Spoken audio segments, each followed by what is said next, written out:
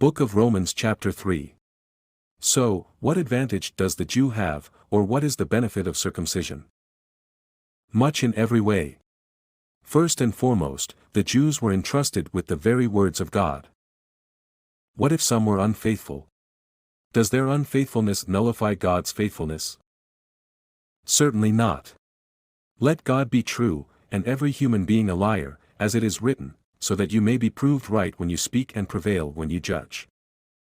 But if our unrighteousness highlights God's righteousness, what shall we say? Is God unjust to inflict his wrath on us? I am speaking in human terms. Certainly not. If that were the case, how could God judge the world? Someone might argue, if my falsehood enhances God's truthfulness and brings him more glory, why am I still condemned as a sinner? Why not say, as some slanderously claim that we say, let us do evil that good may result? Their condemnation is just. What then? Are we any better? Not at all. For we have already made the charge that Jews and Gentiles alike are all under the power of sin. As it is written, there is no one righteous, not even one. There is no one who understands, there is no one who seeks God. All have turned away, they have together become worthless, there is no one who does good, not even one. Their throats are open graves, their tongues practice deceit.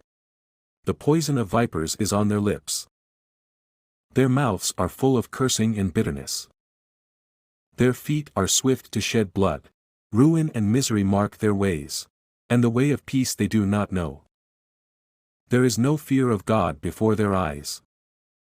Now we know that whatever the law says, it says to those who are under the law, so that every mouth may be silenced and the whole world held accountable to God.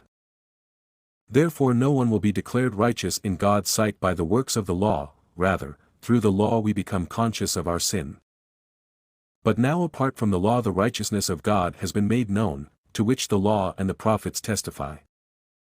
This righteousness is given through faith in Jesus Christ to all who believe. There is no difference between Jew and Gentile, for all have sinned and fall short of the glory of God, and all are justified freely by his grace through the redemption that came by Christ Jesus. God presented Christ as a sacrifice of atonement, through the shedding of his blood, to be received by faith. He did this to demonstrate his righteousness, because in his forbearance he had left the sins committed beforehand unpunished. He did it to demonstrate his righteousness at the present time, so as to be just and the one who justifies those who have faith in Jesus. Where, then, is boasting? It is excluded. Because of what law? The law that requires works? No, because of the law that requires faith. For we maintain that a person is justified by faith apart from the works of the law. Is God the God of Jews only? Is he not the God of Gentiles too? Yes, of Gentiles too, since there is only one God, who will justify the circumcised by faith and the uncircumcised through that same faith. Do we, then, nullify the law by this faith? Not at all. Rather, we uphold the law.